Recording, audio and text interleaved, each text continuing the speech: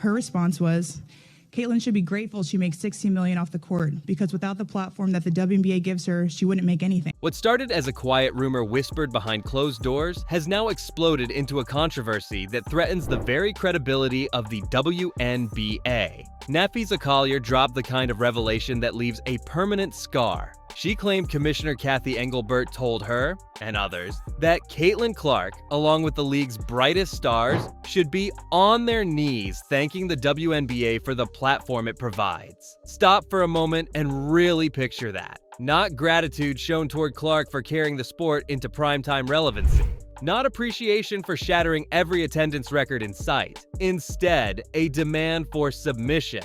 A demand for kneeling. That phrase ricocheted through social media like a grenade. It wasn't just distasteful, it felt like the ultimate betrayal. Because to Fever Nation and millions of fans watching, Caitlin Clark isn't just a rookie who had a solid first season. She's the axis the league now spins on. She's the reason network executives finally care. She's the reason arenas in small markets are selling out like NBA playoff games. She's the reason billion-dollar brands want in. And yet, to hear Engelbert allegedly frame it as if Clark owes her very existence to the league, it turned what could have been just another PR dust-up into a raging national firestorm. Suddenly, Clark isn't just the face of the Fever anymore.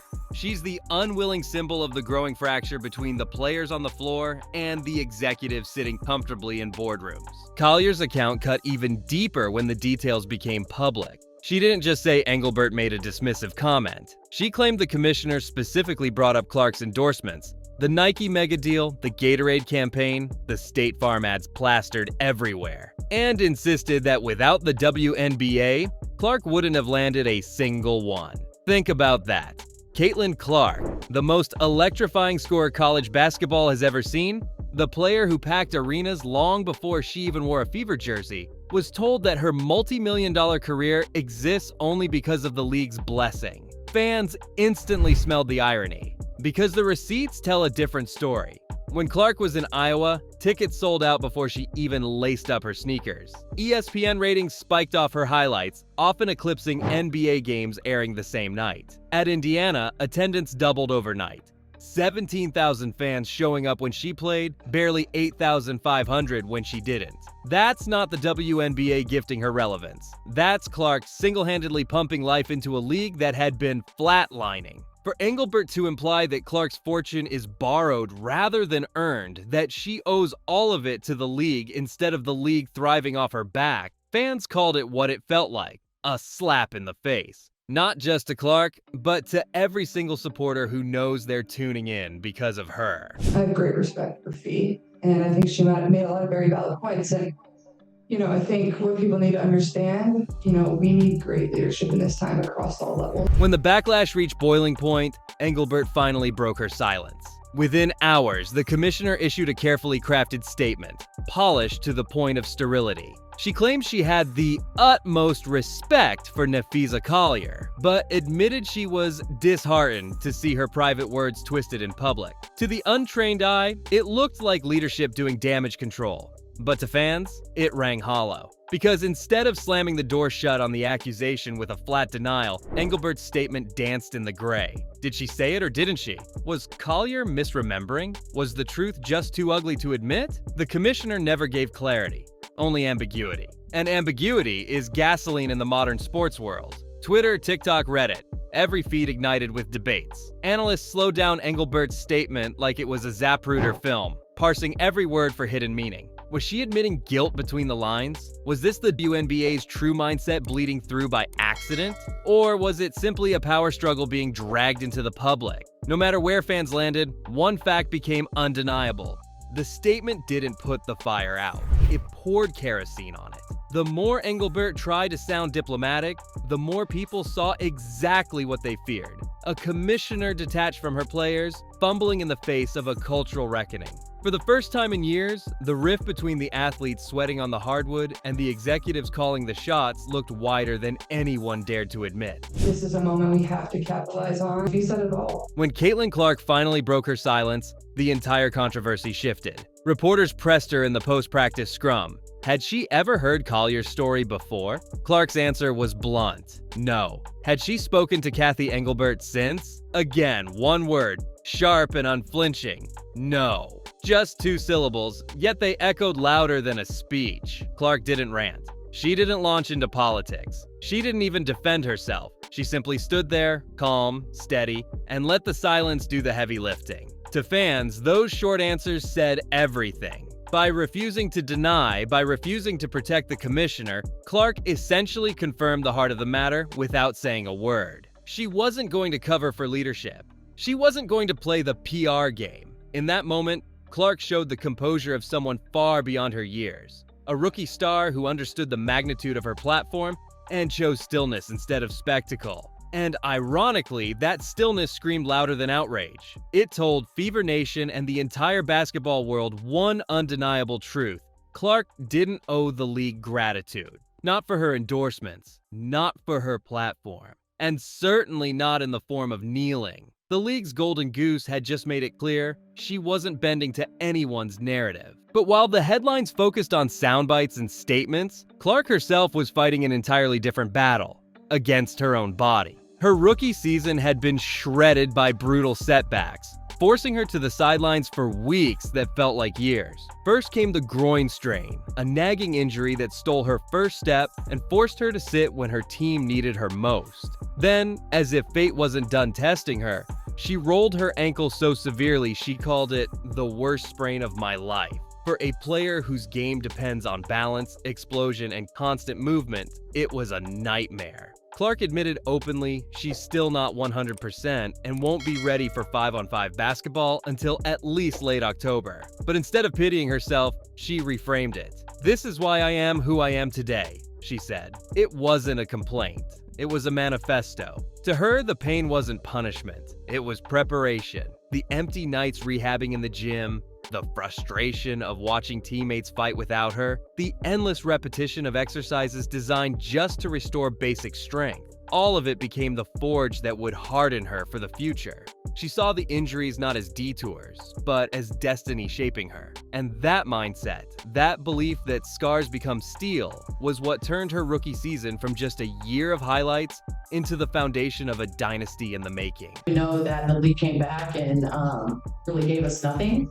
And so, there's a potential lockout, because I promise you that we are not going to play until they give us what we deserve. And that's kind of where it's headed, which would be the dumbest basketball decision business-wise ever, considering the momentum the W has right now. And then there was Sophie Cunningham, the veteran who never filters her words. The player whose fire burns as bright off the court as it does on it. When the microphone swung her way at season's end, she didn't just give a polite answer. She dropped a verbal nuke on the league. "I'm tired of our league," she snapped. "They need to step up and be better." But she didn't stop there. She went straight for the jugular, calling out the people in charge. "Too many of them might be good business minds," she said, "but they don't know expletive about basketball." That raw honesty hit the league like a sucker punch. For fans in Indiana, it was refreshing. Finally, someone was saying out loud what they had been shouting from the stands all year long. For players across the league, it was a rallying cry. Cunningham wasn't protecting her brand or curating a headline. She was standing up for teammates who sacrificed their bodies, for fans who deserved fairness, and for a sport that was being mismanaged at its highest level. It wasn't just a sound, it was a warning shot. And the fact that it came from a player as respected and battle-tested as Cunningham made it impossible to ignore. Sometimes the most powerful stories don't show up on the scoreboard. They live in the effort that refuses to die, even when everything is stacked against you. That was Game 5 for Indiana. It was supposed to be about survival, but what it became was something much bigger. A showcase of heart in its purest form. Whistles kept tilting, momentum kept slipping, and bodies were breaking down, but the fever refused to disappear. They kept clawing. They kept chasing. They kept throwing themselves at loose balls and crashing the paint as if the refs weren't even there. When Mitchell could no longer stand, others carried her load. When Boston fouled out, the rest fought on. It didn't matter if the scoreboard didn't crown them winners. They were winning something else: respect. And for fans, that mattered more than the final numbers on the stat sheets. They weren't just watching a team lose a game. They were watching a team carve out an identity, gritty, unshaken, and unwilling to bow to anyone. No doubt you did it again tonight. Thank you. Yeah, I mean, I think that's something we can take away from this season. Obviously, ending on a loss is hard and not what you want, but I do think that we can be proud of the effort we put out there, especially in the fourth quarter, you know, losing Aaliyah, losing Kelsey. I don't even know if that was the third or fourth quarter.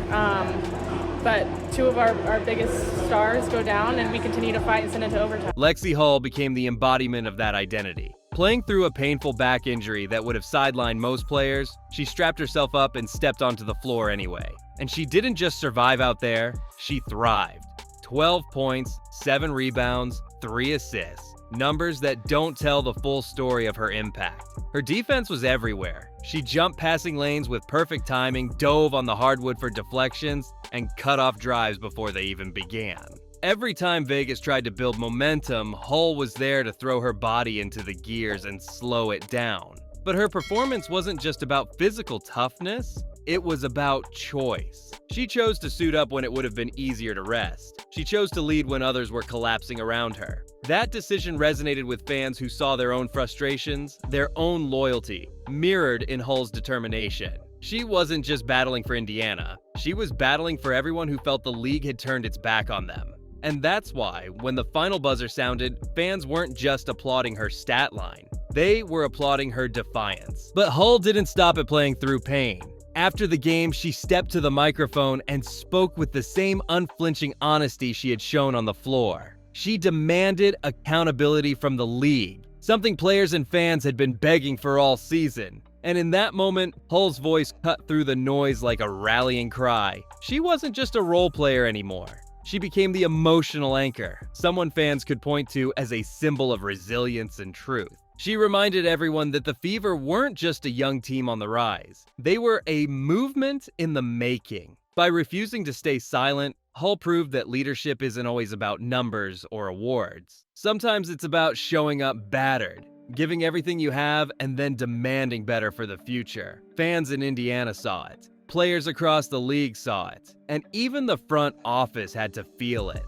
Hull wasn't just pledging herself to the team. She was planting a flag in the ground, declaring that the Fever's fight had only just begun. And Indiana wasn't alone in its frustration. From locker rooms across the league, the same grievances echoed louder and louder. Inconsistent officiating, stars breaking down under brutal workloads, and a leadership that seemed more interested in optics than in actually protecting the players who gave them everything. It wasn't just about bad whistles anymore. It was about a culture that had begun to feel indifferent to the very people who made the game matter. Hovering over all of it was a ticking time bomb, the looming collective bargaining agreement. Sophie Cunningham didn't sugarcoat it. She warned flat out that a lockout wasn't just possible, it was likely. That one word, lockout, spread like wildfire across social media and sports talk shows. Fans who had just started buying in, sponsors who had just started writing checks, were suddenly asking the same nervous question.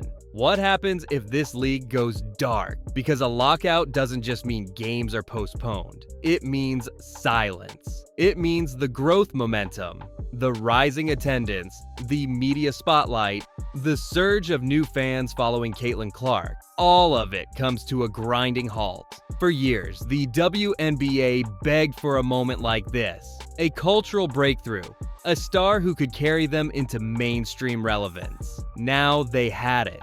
And yet, by refusing to meet players halfway, by ignoring cries for fairness and safety, leadership was risking the whole thing collapsing before their eyes. This wasn't just about contracts or salaries. It was about respect. It was about trust. It was about whether the WNBA could prove it deserved the audience it had finally captured. Memories this team will cherish forever. The coaches talk about it, the vets that are on the team talk about it, that you don't get this bond, this tightness, these friendships on every team in pro sports. That's not normal. And for us to be able to build that this season is something that's very special. Napheesa Collier captured the gravity of the moment with chilling precision. We are in the biggest moment in WNBA history. Everybody knows that. And she wasn't exaggerating. The numbers were jaw-dropping. Attendance records falling in city after city. National networks carving out primetime slots for games they once buried at odd hours. Household sponsors pouring in millions. And at the center of it all, Caitlin Clark had become a household name. A rookie, barely out of college, now the face of an entire sport. But Collier's warning wasn't a victory lap. It was a red flag, because history doesn't move in a straight line forward. Progress can stall, momentum can collapse. All it takes is a few bad decisions at the top, a few betrayals of trust, and the brightest spotlight turns into a harsh glare. Right now, the WNBA sits on a knife's edge. It has never had more attention, more momentum, more opportunity. But that same momentum could implode just as fast if players feel silenced, if stars like Clark feel exploited, and if fans feel manipulated. That's what made Collier's words so powerful. She was warning everyone. This isn't just about a single season or a single superstar. This is about survival. The league can either evolve, listen, protect, respect, or it can burn every bridge it just built. And if it chooses wrong, this golden age could go down in history as nothing more than a fleeting spark that fizzled out when it should have ignited a fire. And yet, through all of that chaos, one thing remained undeniable. The Indiana Fever refused to break. Night after night, they kept getting back up when most teams would have folded. They didn't crumble under injuries. They bonded tighter. They didn't bow under the weight of whistles. They fought harder. This wasn't just about surviving another season. It was about proving something bigger. Proving that resilience could be louder than corruption. That unity could outshine neglect. Look at Aaliyah Boston. In foul trouble nearly every night, the officials forcing her to tiptoe the line, but still she refused to give up ground in the paint. Look at Kelsey Mitchell. Even when her own body betrayed her, cramping so badly she couldn't feel her legs, she showed up on the bench minutes later, cheering her teammates through tears. Look at Sophie Cunningham. She could have stayed quiet, played nice with the league, smiled for cameras. Instead, she put her career on the line to call out the leadership that had failed them all. And then there was Caitlin Clark, injured, silenced, but still towering over everything as the symbol of what's next. She didn't need to yell, she didn't need to rant. Just by standing there, she reminded everyone that this wasn't just a roster and rebuild. This was a revolution in progress. Every scar was fuel. Every insult was kindling. Every betrayal was sharpening them into something stronger. The Fever weren't broken, they were forged. And no dynasty, not even Las Vegas, could look at that fire and feel comfortable. Which brings us to the question nobody can avoid. What happens when Caitlin Clark comes back at full strength? Her rookie year was chopped apart by injury, but her return is the storm on the horizon. The kind of storm that doesn't just change a season, but rewrites an entire league. Pair her limitless shooting range and vision with Aaliyah Boston's dominance inside. Add Kelsey Mitchell's clutch scoring, Lexi Hull's relentless defense, and Sophie Cunningham's toughness, and suddenly you don't have an underdog anymore. You have the makings of a dynasty. And here's the truth the WNBA front office doesn't want to admit. The Fever aren't waiting years to become dangerous. They're ready now. Clark's comeback won't just give Indiana another weapon. It will unleash a team that's battle-tested, bonded by scars, and fueled by a chip so big it could crush anyone in their path.